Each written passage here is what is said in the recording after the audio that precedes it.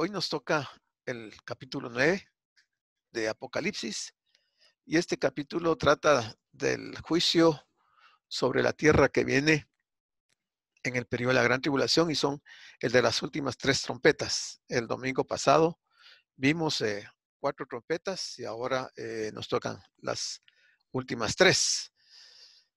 Así dice que mucho se ha hablado y eso es algo muy generalizado, que se oye comentarios y opiniones de las personas. Se ha hablado del amor y del perdón de Dios, de su paciencia y su misericordia. Perdón, quiero preguntarles si me están escuchando. ¿Sí? Ok, de acuerdo. Te decía que la gente habla mucho del amor y del perdón de Dios, de su paciencia y su misericordia. Pero normalmente, a menudo se nos olvida de que Dios demuestra en la Biblia tener sentimientos como, no como aquellos falsos dioses, los dioses griegos, que permanecían impasibles y permanecían indiferentes a las acciones y motivaciones de los humanos. Nuestro Dios no es así como esos dioses. Es cierto que Él es un Dios de amor, de misericordia, tiene paciencia y que perdona, pero igual considera todas nuestras acciones. Dios no se mantiene indiferente a todas nuestras acciones. No se mantiene indiferente a nuestra conducta ni a nuestra forma de vida. Por increíble que pudiera parecernos, a Dios le interesa muchísimo cada detalle de nuestra vida y Él está en cada una de esas cosas. Pero vamos a ver que en este periodo de la gran tribulación, que es el que estamos estudiando, la iglesia no tendrá que sufrir esas terribles consecuencias de la ira de Dios sobre la tierra. La iglesia habrá sido ya rescatada y llevada al cielo y disfrutará ya de la presencia de Dios. O sea, nosotros no vamos a pasar por estos juicios que estamos estudiando.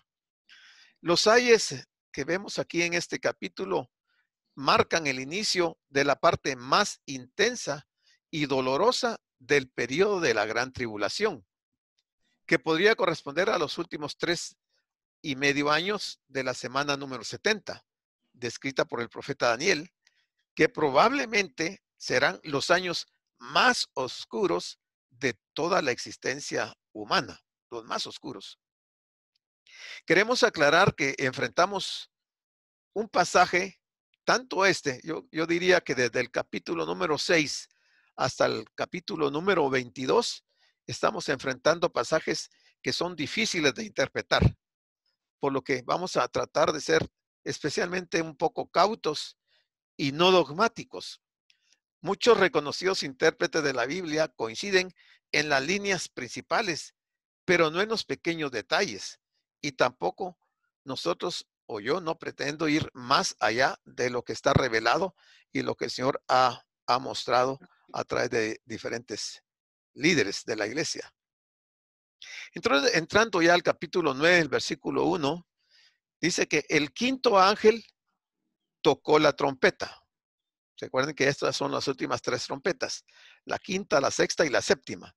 Entonces aquí tenemos el quinto ángel tocó la trompeta y aquí tenemos el primer ay de los tres ayes que menciona la Biblia. ¿Y qué pasó entonces con este toque de esta trompeta? Bueno, dice Juan que vio, o sea, él tiene la visión. Él vio una estrella que cayó del cielo hacia la tierra. Vio una estrella que cayó. No dice estrellas, dice una estrella. Vio una estrella que cayó del cielo a la tierra. Y dice que se le dio la llave del pozo del abismo. Ya aquí podemos ir viendo que no es una estrella común y corriente, porque a una estrella, a un astro, no se le va a dar una llave. Entonces tiene que ser algo diferente a una estrella literal. Y llama la atención que dice, se le dio la llave. O sea, hay una llave. ¿La llave de qué se le dio? No la llave del abismo, la llave del pozo del abismo. Aquí estamos viendo de alguna manera un poco superficial cómo está conformado ese abismo. Ese abismo es lo mismo que el Hades. Entonces, en el Hades o el abismo, que es lo mismo, hay un pozo. Y ese pozo, de acuerdo con este texto, ha permanecido cerrado, bajo llave. Y aquí Juan dice que a esa estrella se le dio la llave. Entonces, cabe una pregunta. ¿Quién le dio la llave? ¿Quién a quién le dio esa llave? Aquí está donde dice, abismo significa profundidad insondable. Abismo. El término abismo se usa en el Nuevo Testamento para designar, primero, la habitación de los muertos, según Romanos 10:7. También se le designa la habitación de los demonios, según Levítico 8:31. También se le denomina la prisión donde Satanás está retenido, será retenido por 1000 años, Apocalipsis 23. Cuarto, también se le designa la habitación de la bestia, según Apocalipsis 11:7 y 17:8. Y quinto, también se le denomina el reino de Abadón, según Apocalipsis 9:11. De esas 5 maneras se le designa al mismo lugar con estos diferentes nombres.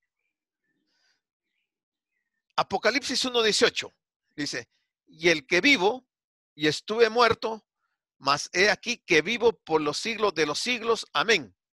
Y tengo las llaves de la muerte y del Hades. Entonces, cuando dice que esta estrella que cayó del cielo se le dio la llave, ya podemos establecer quién le dio la llave. Porque el que tiene la llave es Cristo mismo, que en Apocalipsis 1:18, él está haciendo esa aclaración a Juan, que él es el que tiene las llaves de la muerte y del abismo. Entonces, ya con este texto podemos determinar que quien le ha dado la llave a esa estrella es el mismo Señor. A diferencia de las otras estrellas que habían caído sobre la tierra y que las hemos visto en los capítulos 6:13 y 8:10, esta estrella debe ser un ser angelical y quizás el mismo Satanás. Quizás el mismo Satanás. El denominado pozo del abismo se menciona 7 veces en Apocalipsis y siempre se refiere a la prisión donde algunas de las hordas demoníacas serán encarceladas, un lugar donde se experimenta con mayor severidad el tormento y la expulsión de alguien de su patria o su ambiente, como lo vamos a ver más adelante. Este abismo, denominado también pozo sin fondo, es el lugar intermedio de castigo de los ángeles caídos, los demonios, la bestia, el falso profeta y Satanás. Eso lo vemos en Apocalipsis 9:2, el versículo 11, el 11:7 y el capítulo 20 del 1 al 3. El lugar final de las generaciones que han muerto sin Cristo, sin haber obedecido a Dios, es un destino horrible. El denominado infierno, un lago de fuego y azufre, según dice Apocalipsis 20:10, 20:14 y 20:15, cuyo fuego no puede ser apagado, según lo declara Marcos 9:43. Un lugar de vergüenza y confusión perpetua, según lo dice Daniel 12:2. Un horno de fuego, según lo menciona Mateo 13:41 y 42. Un lugar con llantos y crujir de dientes, según lo menciona Mateo 22:13, y con tinieblas, que dice Mateo 8:12. Aquí tenemos distintas y diferentes características de este lugar que es el abismo, en donde ya están todas aquellas personas que han muerto sin Cristo y donde irán a parar los que mueran también en lo que resta de este tiempo hasta que se llegue el final del Apocalipsis, cuando se termine el milenio y que se lleve a cabo el gran juicio del trono blanco. Ahí van a permanecer todas esas personas en estos lugares que ya los diferentes autores nos están diciendo que es un lugar sumamente horrible, espantoso, que no se desearía a nadie estar ahí, y donde ya hay ángeles caídos, demonios, de los más, tal vez más severos en su forma de hacer sufrir a las personas, están ahí metidos.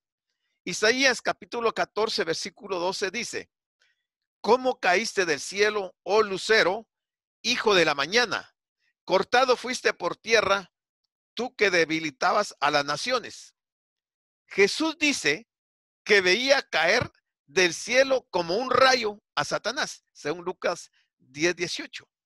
Y Juan escribe que fue arrojado a la tierra y sus ángeles con él, según Juan 12, versículo 9. Vean cuántos textos hay refiriéndose a este evento.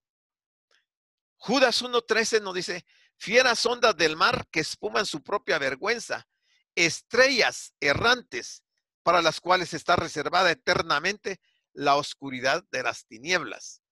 Todo esto está describiendo lo horrible que es ese lugar y en donde hay ya demonios y donde hay ya personas y donde van a haber muchas personas todavía en lo que resta del tiempo. En este caso, la llave demuestra autoridad y poder. Y es una autoridad y poder recibida directamente de Dios. No olvidemos que Dios está en control de todo. El pozo del abismo, hemos comentado que significa un pozo profundo que conduce al abismo, el mismo que volveremos a encontrar en Apocalipsis capítulo número 20. El abismo y el Hades pueden ser expresiones sinónimas, pero el abismo y el infierno no son lo mismo. Son dos lugares totalmente diferentes. ¿Qué es lo que Satanás va a hacer con esta llave? ¿Y cuál será su misión en el periodo de la gran tribulación? Porque está cayendo del cielo a la tierra y se le está dando la llave. Se le está confiando una autoridad y un poder, por lo cual él va a desarrollar una misión. Entonces el versículo número 2 de este capítulo 9 de Apocalipsis nos dice que lo que primero hace Satanás es abrir, no el abismo, el pozo del abismo. Porque ahí dice claro, y abrió el pozo del abismo, ¿verdad? Que son dos lugares totalmente diferentes. ¿Y qué pasó cuando él abre el pozo del abismo? Dice, y subió humo del pozo, como humo de un gran horno. Eso es lo que Juan está transfiriendo en el lenguaje que nosotros entendemos de acuerdo a lo que él está viendo. Pero probablemente él está viendo algo mucho más profundo, pero las palabras con las cuales él únicamente puede relacionar lo que está viendo son estas, que él ve que hay un humo que sale de ese pozo como que si fuera un humo de un gran horno. Evidentemente, el pozo del abismo es un lugar donde hay fuego. Si no, no hubiera humo. Y por eso es que al abrir el pozo del abismo, sale humo, porque hay fuego. ¿Cómo lo demuestra el humo que sale de este? Esta podría ser una imagen más o menos. Ahí se ve el ángel tocando la trompeta y detrás de él se mira unas nubes de humo, pero inmensas, que es lo que Juan está apreciando en esta visión. Y dice Juan que cuando ve subir ese humo de ese pozo, inmediatamente el sol se oscureció. Imagine qué cantidad de humo ha de haber salido para oscurecer el sol. Y no solamente oscureció el sol, sino que el aire, dice, por el humo del pozo. O sea que el aire es contaminado con ese humo, ¿verdad? Porque así lo está detallando Juan. El rey de este reino que está hundido en las tinieblas es Satanás, que intenta destruir el reino de Dios. Pero notemos que el ángel del abismo, recibe el nombre de Abadón en hebreo y de Apolión en griego. Eso lo vamos a ver en el versículo 11. En ambas lenguas, esos dos términos de Abadón y Apolión significa lo mismo. Y el significado es destructor. Y ahí está ese ángel de este abismo. Dios permite que espíritus malignos tengan libertad temporal para realizar sus obras destructoras que se describen en los versículos posteriores de este capítulo.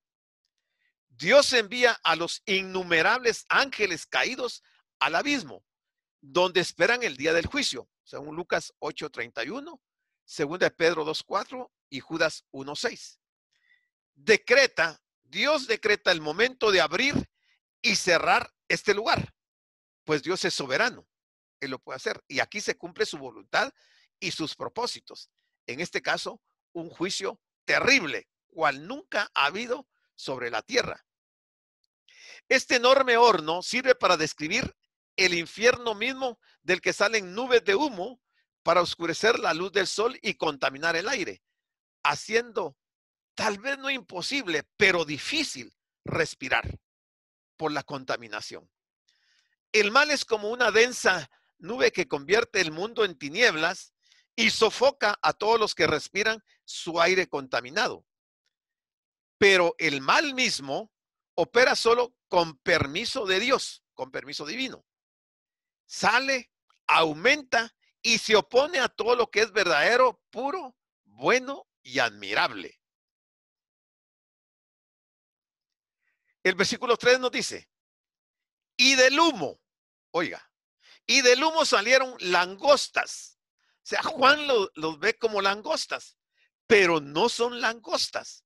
Él quiere dar a entender qué es lo que está viendo, y la única imagen que él encuentra que se asemeja a lo que él está viendo son las langostas, que salieron langostas sobre la tierra y se les dio poder. ¿Quién les da poder a estas langostas?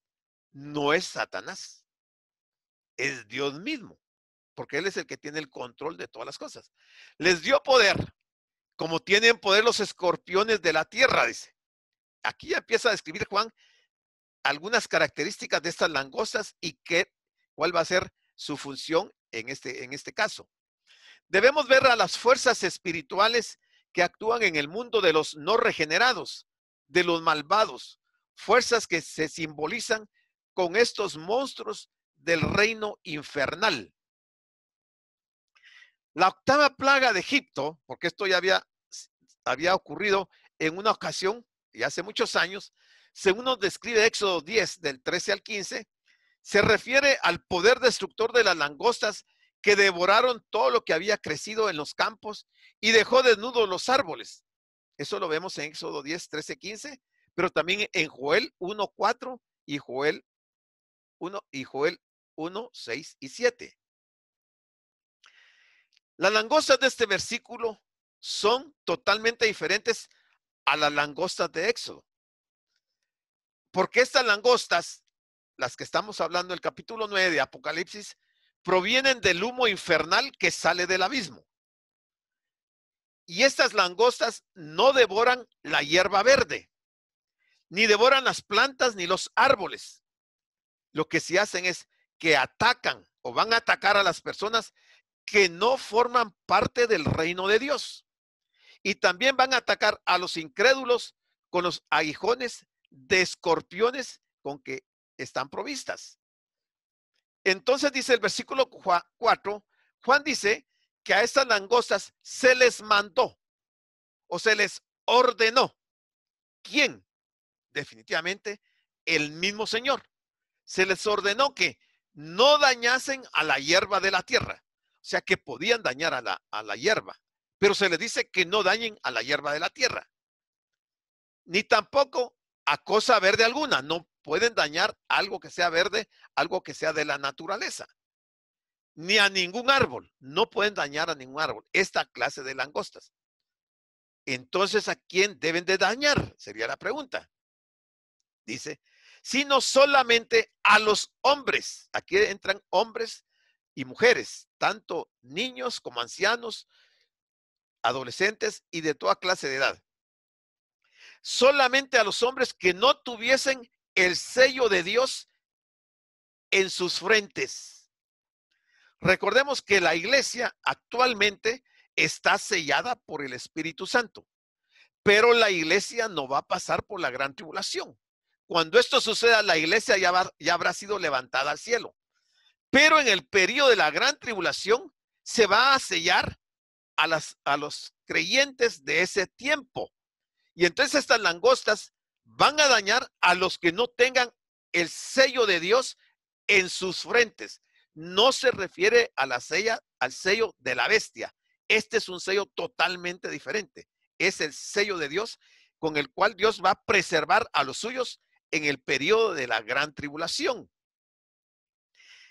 Ahora veamos qué sucedió en Israel en tiempo del profeta Ezequiel, perdón. Dice Ezequiel 9, capítulo 9, versículo 4. Y le dijo Jehová, pasa por en medio de la ciudad, por en medio de Jerusalén, y ponles una señal en la frente. ¿A quiénes? A los hombres que gimen, a los hombres que claman a causa de todas las abominaciones que se hacen en medio de ella, de la tierra. Y el versículo 5 de Ezequiel 9 dice, y a los otros dijo Dios, y ahí dice el profeta, oyéndolo yo, pasad por la ciudad en pos de él y matad, no perdone vuestro ojo, ni tengáis misericordia. El versículo 6 dice, matad a viejos, a jóvenes, vírgenes, niños y mujeres, hasta que no quede ninguno. Pero a todo aquel sobre el cual hubiere señal, no os acercaréis y comenzaréis por mi santuario. Comenzaron pues desde los varones ancianos que estaban delante del templo. O sea, en ese periodo del profeta Ezequiel hubo un juicio de Dios. Pero previo al juicio, Dios ordenó a este ángel de poner el sello de Dios sobre todos aquellos hombres que estaban gimiendo, que estaban clamando a Dios por su justicia.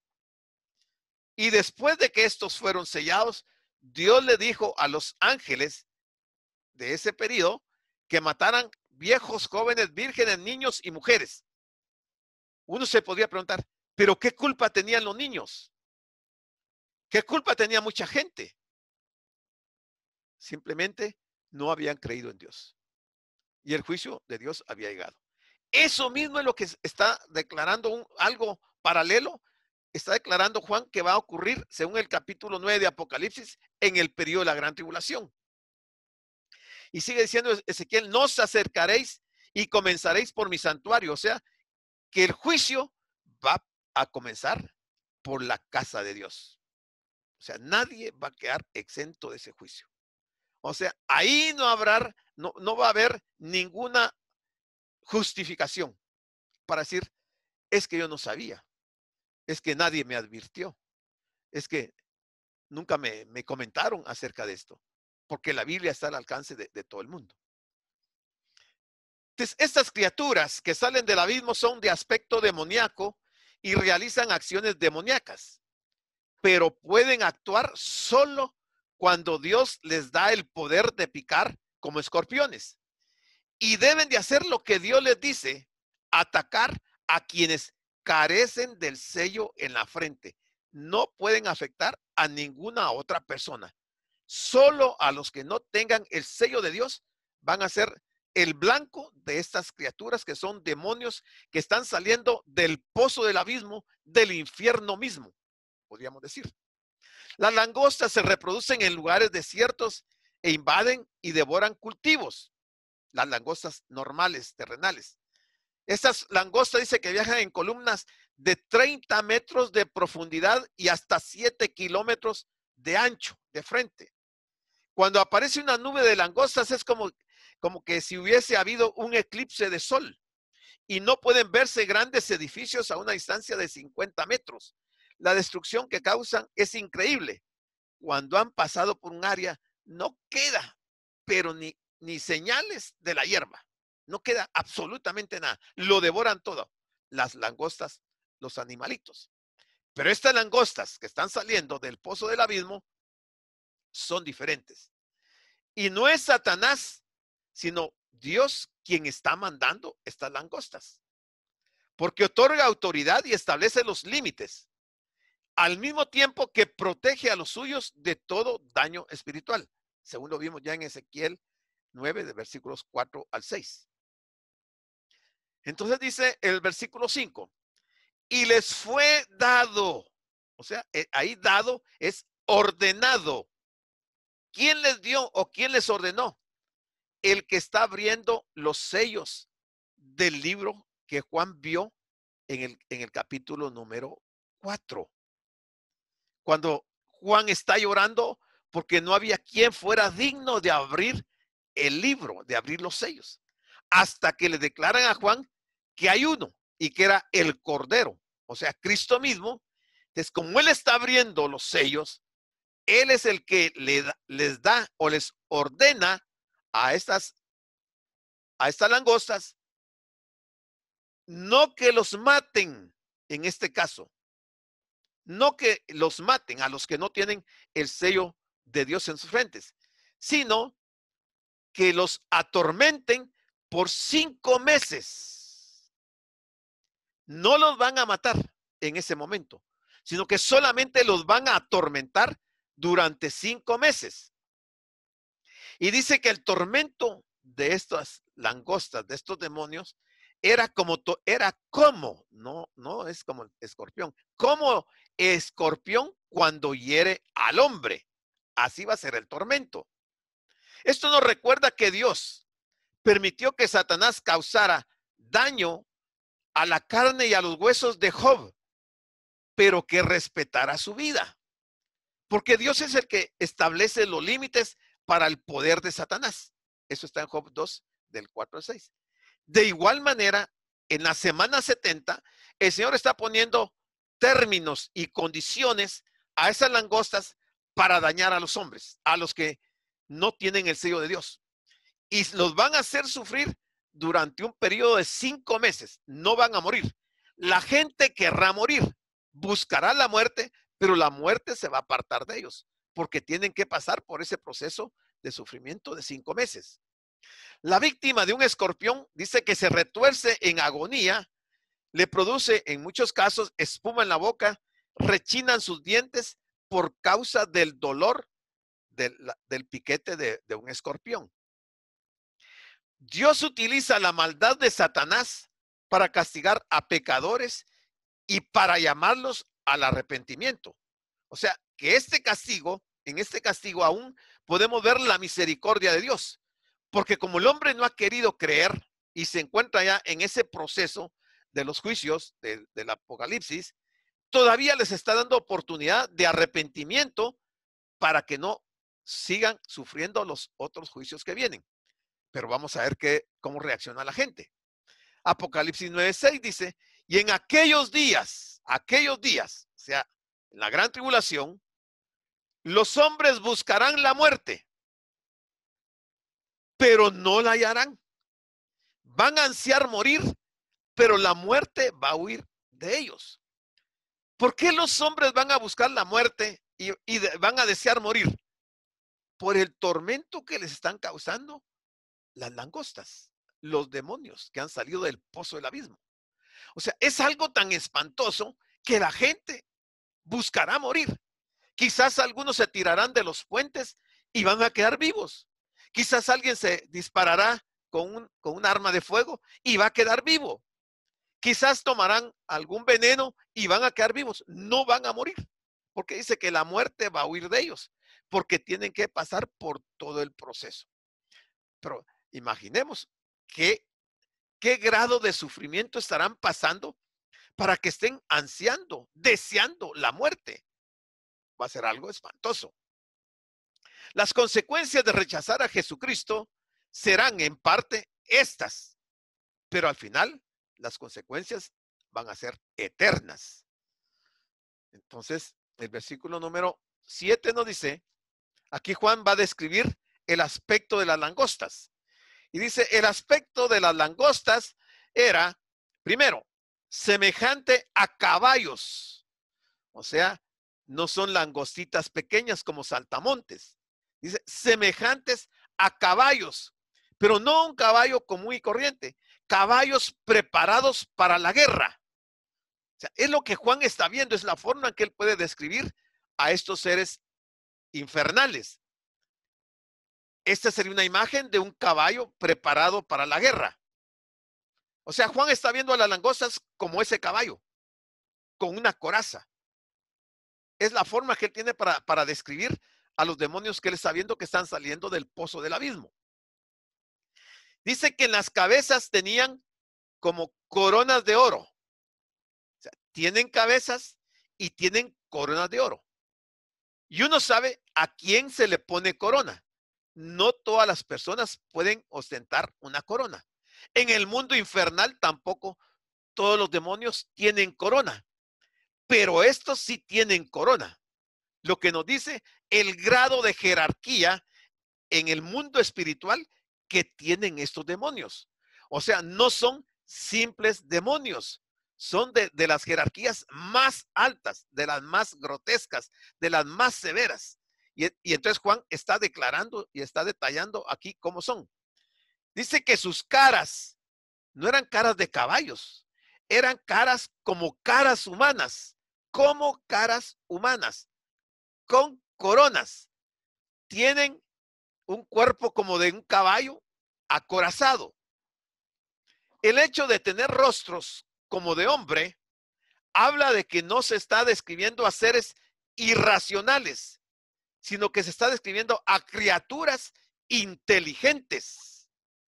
Criaturas inteligentes. O sea, las características que Juan está dando son impresionantes para que entendamos el grado de sufrimiento, de maldad que van a causar estas langostas. Versículo 8. Dice que tenían cabello como cabello de mujer. O sea, tienen caras humanas, tienen cabello de mujer, tienen coronas de oro, son como caballos preparados para la guerra, pero tienen dientes como de leones, como de leones. O sea, yo creo que ninguno de nosotros en la historia de nuestra vida, ni la misma historia natural nos da alguna imagen de un ser como este que está escribiendo Juan. No ha nacido, no ha habido en el mundo jamás un personaje, alguien como estos que Juan nos está escribiendo. Es algo espantoso. Creo que solo el ver algo así va a causar pánico y muerte en algunas personas. Estas criaturas, o sea, estas langostas, que son demonios, tienen el poder y la gracia de los caballos. Aparecen con la inteligencia de rostros humanos. Muestran encanto debido al cabello femenino, pero ferocidad con dientes de león. Llegan con corazas de protección dispuestas para la batalla y pican con las colas de escorpiones. Más o menos lo que Juan está escribiendo es la imagen que ustedes ven ahí.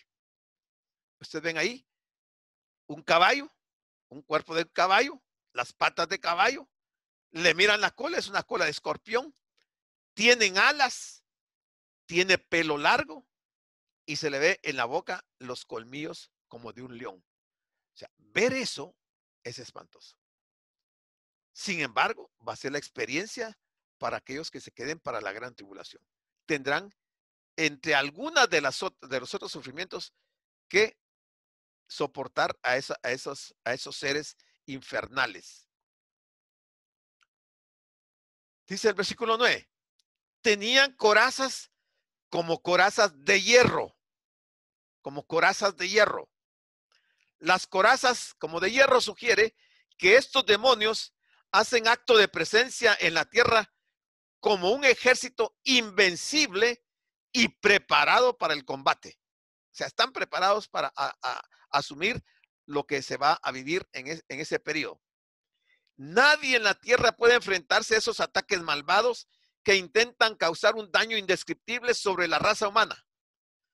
Ahora, imaginemos millones de personas retorciéndose con dolores de muerte, rechinando los dientes. Quizás muchos de ellos van a acudir a los médicos para que les den algún tranquilizante, para que les den algún anestésico, para que les den algún medicamento que les mitigue el dolor. Pero los médicos igual van a estar. Además, la ciencia de la medicina no podrá dar ningún tratamiento para un sufrimiento que es de tipo espiritual, que está causado por los mismos demonios.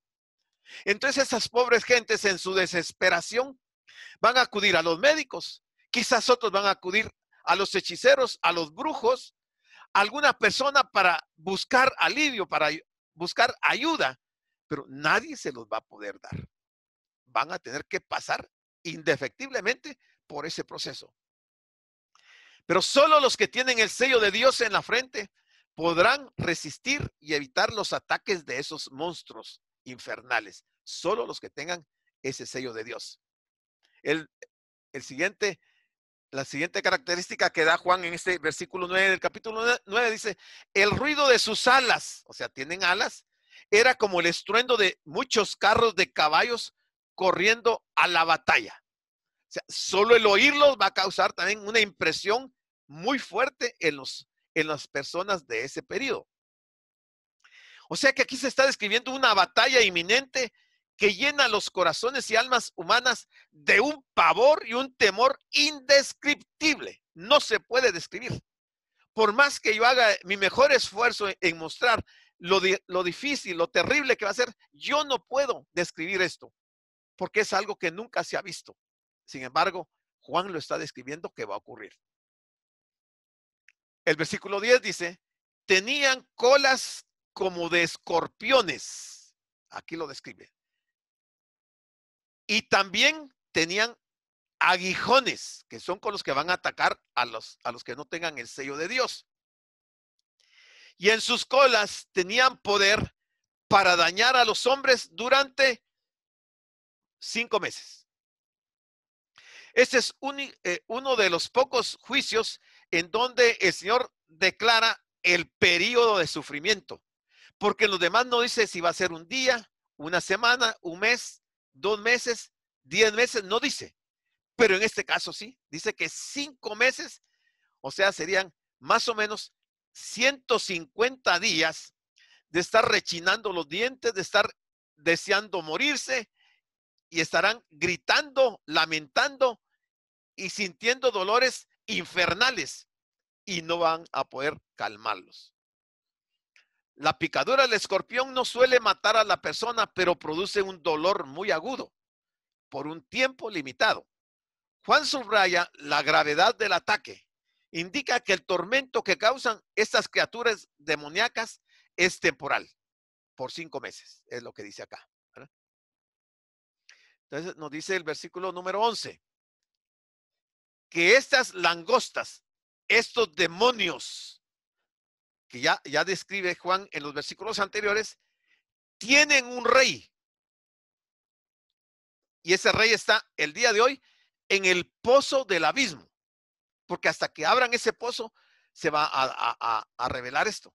Y tienen por rey sobre ellos al ángel del abismo. Ahí está, el ángel del abismo, cuyo nombre en hebreo es Abadón y en griego Apolión, lo que vimos en el versículo 7. O sea que es el ángel destructor. O sea, entre las jerarquías del gobierno demoníaco, Satanás tiene a este rey, a este ángel del abismo, por rey de los que están en ese momento o están ahorita dentro del pozo del abismo. Pero ese pozo va a ser abierto, según nos declara aquí Juan.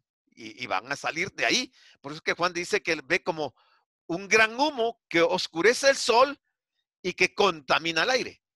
Son tantos demonios que realmente es impresionante. Y vamos a ver, porque da aquí la escritura alguna señal o alguna descripción de cuántos demonios están saliendo de ese pozo del abismo. Este rey que se menciona aquí es uno de los ángeles caídos. Lo que nos hace pensar es que es el de confianza de Satanás. Tal vez su lugarteniente, el de más confianza de él, y lo tiene ahí. Y a él se le permite por primera vez encabezar esta invasión a la tierra. Daniel reveló que los demonios están divididos en jerarquías de diferentes grados. Lo que ocurre en las esferas celestiales tiene su imitación en las esferas satánicas, porque Satanás ha sido siempre imitador de las cosas de Dios. Entonces el versículo 12 nos dice, y el primer ay pasó. ¿Después de cuándo? De 5 meses. El primer ay, y son 3 ayes. Dice, aquí vienen aún 2 ayes después de esto. O sea, no se ha terminado todavía el sufrimiento para la raza humana. O sea, todavía sigue el proceso de sufrimiento para las personas. Vienen aún otros 2 ayes después de esto.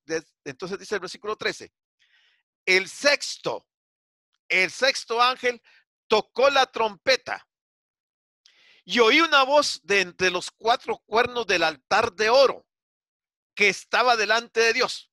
O sea, Juan oye la trompeta, pero también oye una voz que sale de en medio de los 4 cuernos del altar de oro, que es el altar del incienso, que estaba delante de Dios.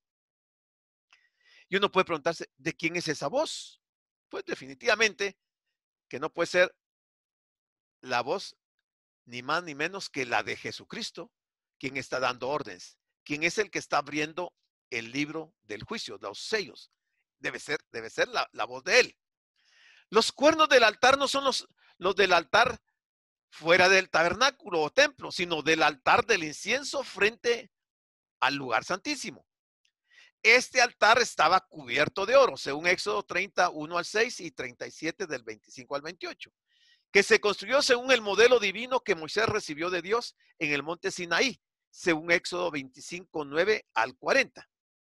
En Apocalipsis, este altar sirve como lugar de los santos inmolados por la palabra de Dios, que suplican a su Señor soberano que vengue su sangre, según lo vimos en Apocalipsis 6, versículos 9 y 10. Entonces el versículo 14 sigue diciendo que al sexto ángel que tenía la trompeta, o sea, este ángel de la trompeta le dice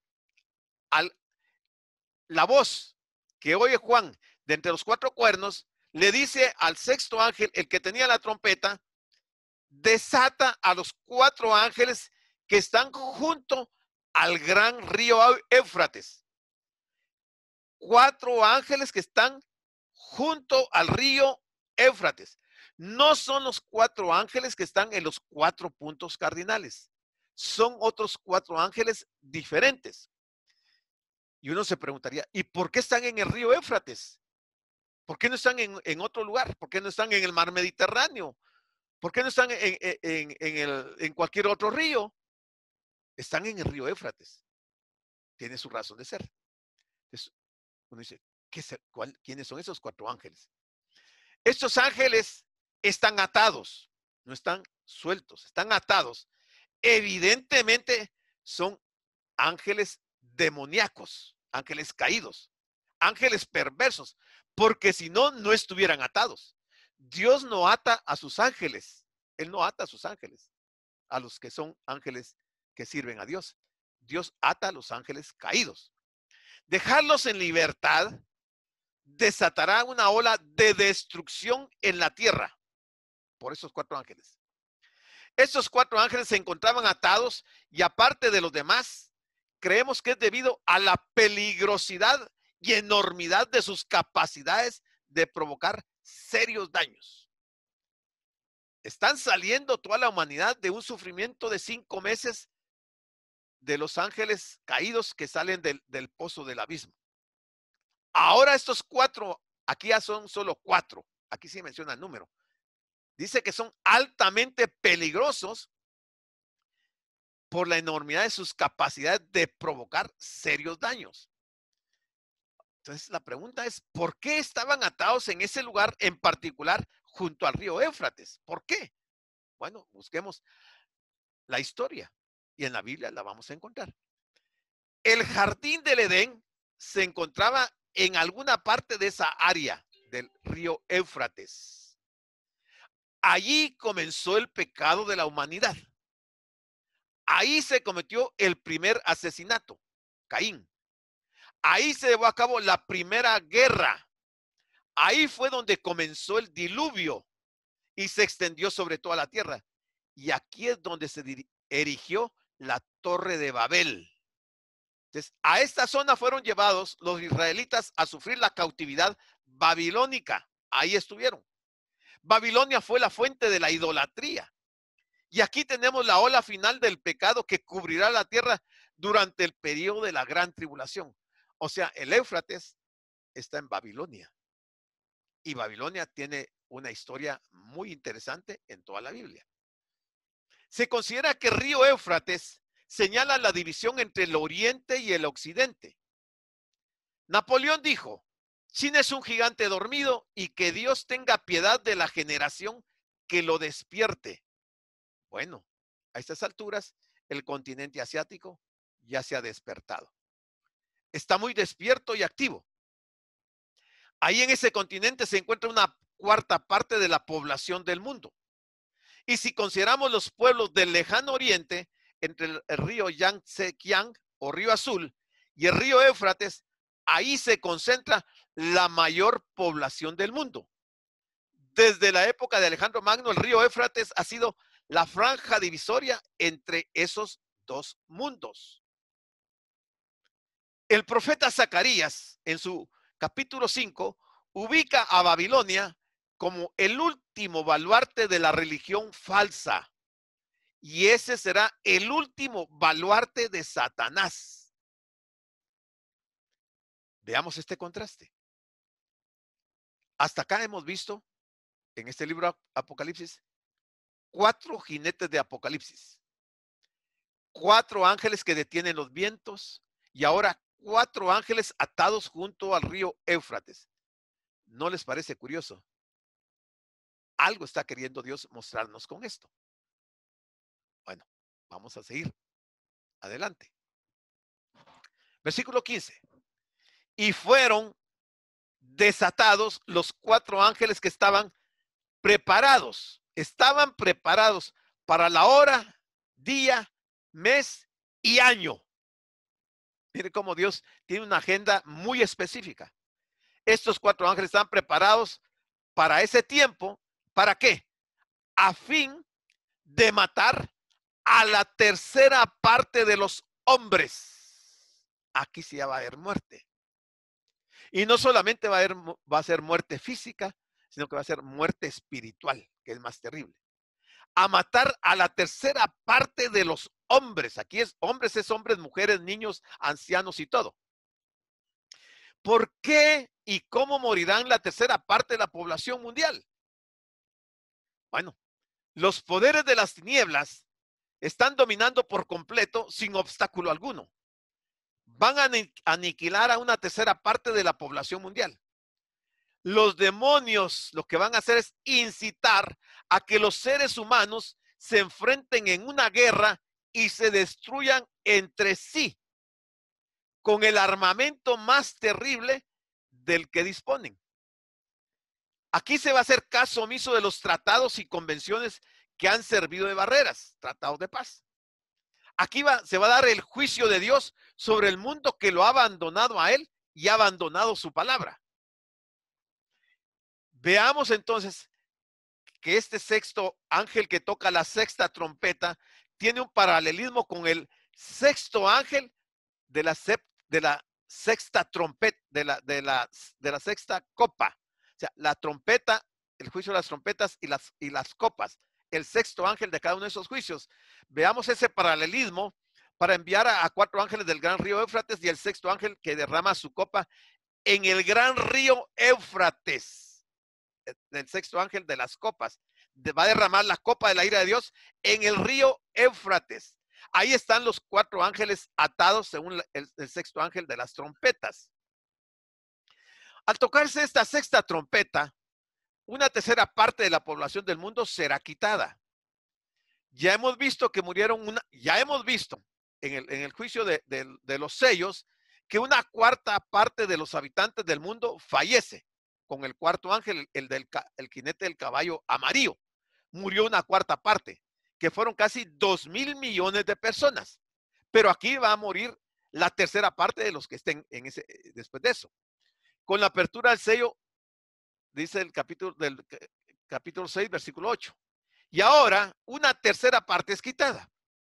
Más de la mitad de la población mundial de la tierra va a ser destruida en el periodo de la gran tribulación. Hermanos, es una mortandad cual nunca se ha dado en toda la historia. No nos sorprende entonces que el Señor Jesucristo hubiera dicho, y si aquellos días no fuesen acortados, nadie sería salvo, según Mateo 24, 22. Entonces veamos un cuadro, este es un estimado que hago yo. Aquí tengo una estimación de muertos por este nuevo juicio. Si arranco con la población actual de 7.700 millones y estimo, ese es un número que yo estimo, un número de arrebatados de 90 millones, no 90,000, 90 millones. Alguien dirá, es muy poco. Sí, fíjese que ahí está, mire, es un 1.2% de la población. 90 millones. Pero ¿por qué yo estimo 90 millones de salvos, de arrebatados? Bueno, entonces yo me voy a analizar qué pasó en el diluvio. ¿Qué porcentaje murió, se salvó en el diluvio? Se salvaron 8 personas, ¿se recuerdan? 8 personas. Y yo soy muy conservador. Pongo que en la época del diluvio vivían 5,000 personas, cosa que me parece un poco ridícula. Pero si hubieran sido 5,000, porque si pongo más de 5,000, el porcentaje me va a bajar. Pero si pongo 5,000, 8 de 5,000 es el 1.6%. Y yo estoy poniendo en los 90 millones el 1.2%. Si yo me voy a ver los salvos en el juicio de Sodoma y Gomorra, que fueron 3, ¿verdad? 3 personas se salvaron. Si pongo que se salvaron 3 y asumo que en Sodoma y Gomorra hubieran 500 personas, que tal vez ahí es mucho, me da un porcentaje de un 1.2%, más o menos. Entonces, cuando yo tengo aquí el 1.2 de arrebatados de salvos para la gran tribulación, antes de la gran tribulación, creo que estoy dentro de los porcentajes de lo que 2 juicios anteriores ya tenemos por experiencia. Entonces, si le resto a los 7.700 millones, los 90 millones de arrebatados, me queda un resto de 7.610 millones. Pero en el juicio del caballo amarillo murió la 4ª parte, eso fue 1.902 millones. Entonces la población que va a quedar será de 5.707 millones. Si hay 5.707 millones para el periodo de la gran tribulación y se muere la tercera parte, vuelve a morir casi 2.000 millones. Si usted mira los 2 que están marcados en celeste, 1.902, exactamente la misma cifra da. Qué casualidad, ¿verdad? Qué coincidencia. De tal manera que el resto de la población que va a quedar van a ser 3.805 millones. Pero de esos se van a morir la mayor parte en el resto de los juicios de la gran tribulación. Y pensemos que quizás de 3.805 millones, quizás se salve el 1.2% que no vayan a adorar a la bestia. O sea, de esos 3.805, el 1.2 quizás se salven en el periodo de la gran tribulación. Entonces, ese es un cuadrito que quise yo hacerlo así para tener en una forma más gráfica, más o menos. Esto no dice la Biblia que así va a ser. En cuanto a la cuarta parte y la tercera parte, sí, pero en los números que yo tengo, ese es un estimado que yo hago. Bueno, entonces dice el versículo 16, y el número de los ejércitos, oiga, el número de los ejércitos de los jinetes era 200 millones. Y dice Juan, yo oí su número. O sea, que estas langostas que están saliendo del pozo del abismo, porque hacia eso vamos, más o menos son 200 millones. Y van a ver por qué lo digo, por lo que sigue diciendo Juan más adelante. O sea que los jinetes de esos caballos, que esos caballos pueden ser las langostas que salieron del pozo del abismo, van a llevar como jinete a un demonio. Y son de esos jinetes que dice que son 200 millones. Si lo vemos en una forma material física, podríamos ver que entre China, India y Japón se podrían reunir esa cantidad de hombres para el mismo día de mañana, o sea, 200 millones. Lo que aquí tenemos es una invasión total del mundo por los demonios, representado por medio de las langostas. Tenemos un inmenso ejército de 200 millones, aunque Juan no comenta si está formado por seres humanos. Eso no dice Juan. Podría ser factible reunir un ejército tan numeroso, pero también la realidad es que creemos que se trata de una invasión de los demonios por el hecho de que Satanás abrió la puerta del pozo que lleva al abismo, según el capítulo 9, versículo número 1. El 17, Juan tiene otra visión y dice, así vi en visión los caballos y a sus jinetes. Entonces, aquí nos va a describir a los caballos y a los jinetes. Por eso es que estamos diciendo lo que hemos comentado hace un momento. Los cuales tenían corazas de fuego, de zafiro y de azufre. Un caballo normal no tiene eso. Entonces, Juan nos está volviendo a recalcar, a enfatizar en las langostas que eran como caballos. Dice los cuales tenían corazas de fuego, de zafiro y de azufre. Y las cabezas de los caballos eran como cabezas de leones. No son los caballos que nosotros conocemos. Y esos llevan jinetes. Y de la boca de esos caballos salían fuego, humo y azufre. No son los caballos que nosotros conocemos, definitivamente. Está describiendo a las langostas, a los demonios. Las descripciones de fuego, humo y azufre corresponden a las 3 plagas que ya hemos visto. Este cuadro evoca terror y representa el mal que acosa al globo con fuerza brutal. Los caballos y sus jinetes están bajo el control de seres demoníacos que quieren causar muerte y destrucción. Dice entonces el versículo 18, por estas 3 plagas fue muerta la tercera parte de los hombres, lo que ya vimos hace un momentito, por fuego, por humo y azufre.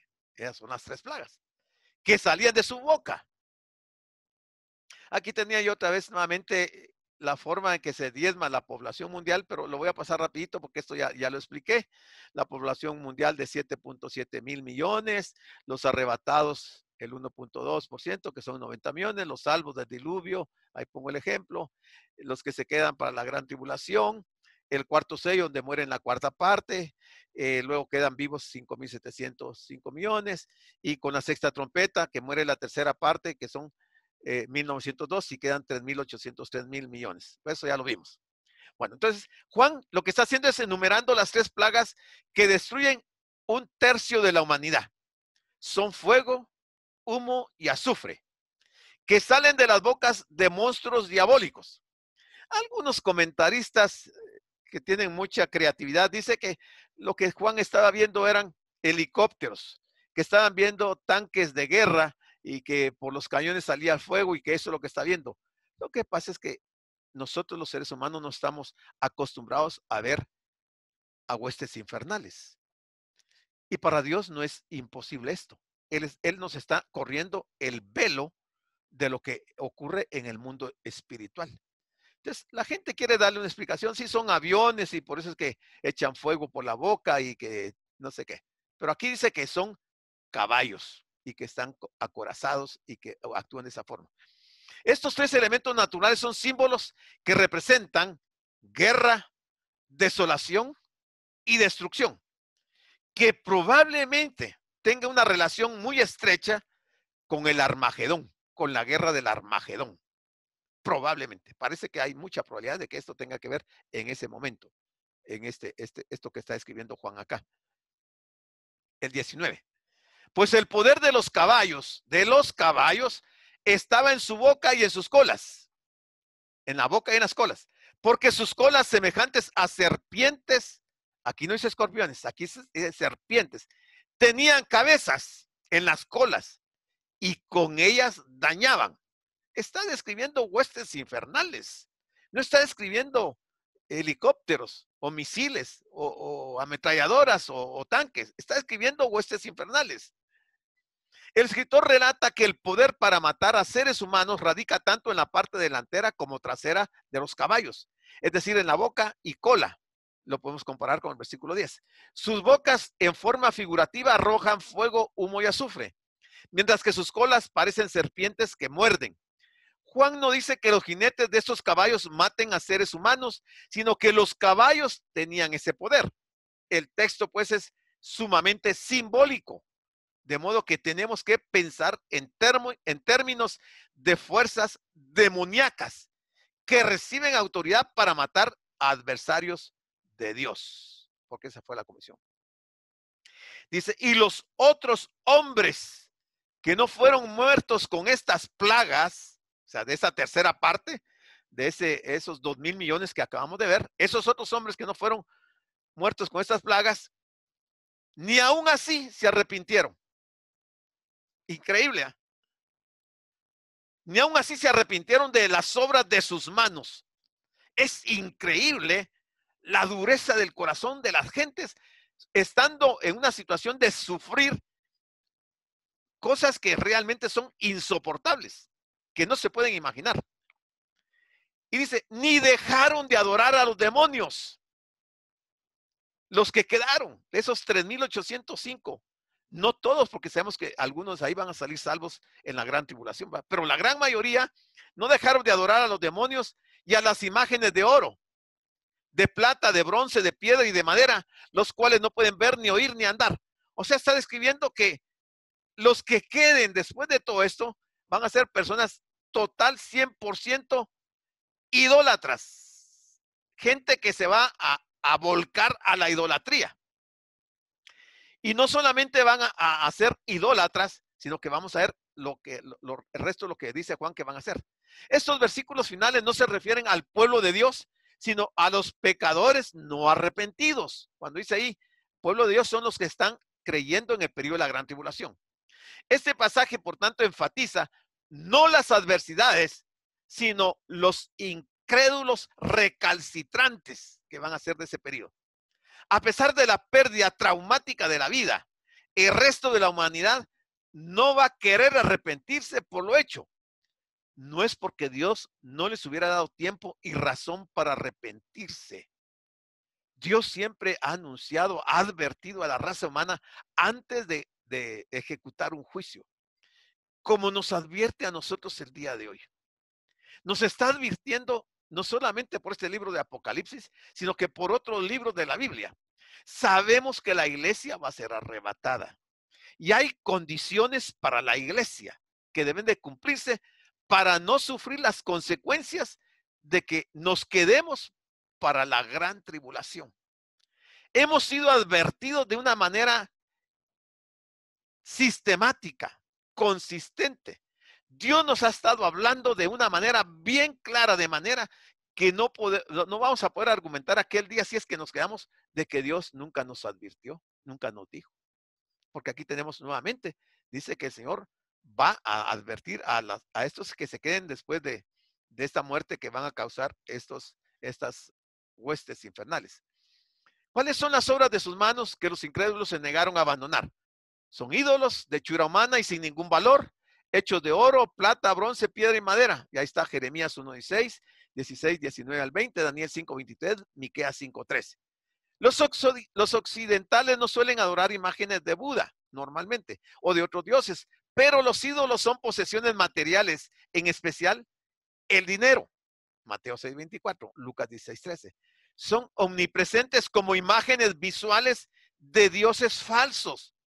Pablo menciona que adorar a ídolos es equivalente a adorar demonios. Adorar demonios. Los demonios están destruyendo a la humanidad en el periodo de la gran tribulación y ellos, en lugar de odiarlos, los van a estar adorando. Suena totalmente ilógico.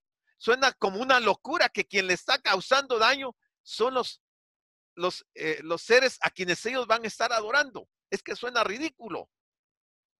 El resto de la humanidad se rinde en adoración de los mismos seres diabólicos que causan su muerte y su ruina total. Satanás y sus demonios son los promotores de la idolatría en el mundo.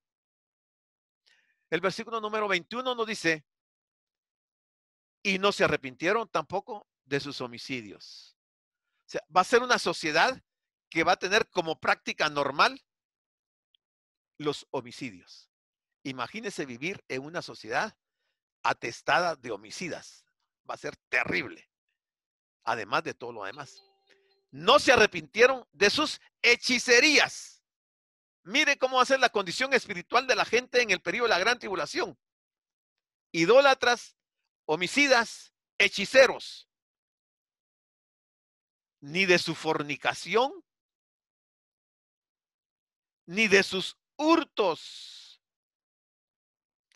Los idólatras fueron testigos diarios de muerte y destrucción como recordatorios de que la transgresión de los mandamientos divinos le siguen inevitablemente castigos.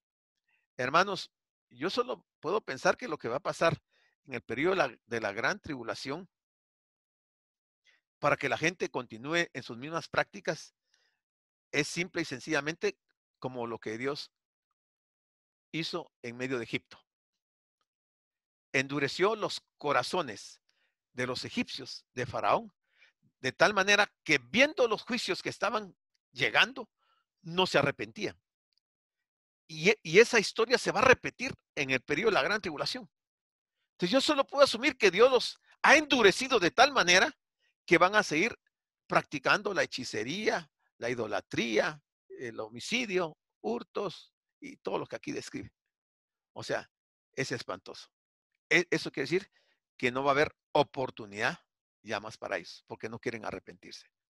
En una directa afrenta a Dios, servían a ídolos, cometían homicidios, brujerías, adulterios, robos, pecados perpetrados contra la sociedad. Estos pecados violaban el decálogo, no servir a otros dioses, ni hacer ídolos, no cometer adulterio ni fornicación y no robar. Es exactamente lo que dice Éxodo 20, versículos 3 al 4 y del 13 al 14. Muy bien, hermanos, estamos 12 menos cuarto, hemos terminado nuestro estudio. Vamos a habilitar los micrófonos para preguntas o comentarios. Luego vamos a pasar al capítulo número 10. Recuérdense que ya hemos dicho que desde el capítulo 6 en adelante son capítulos muy difíciles. Tienen muchas figuras y no son fáciles de entender. Pero como ha habido también revelación para la iglesia, y Pablo nos muestra mucho de esto, entonces nosotros vamos a poder hacer alguna aplicación, vamos a tener algún entendimiento de lo que estamos leyendo, aunque tal vez no tengamos el 100% de la luz, pero sí estamos siendo alertados de lo que el Señor nos está diciendo en su palabra. Así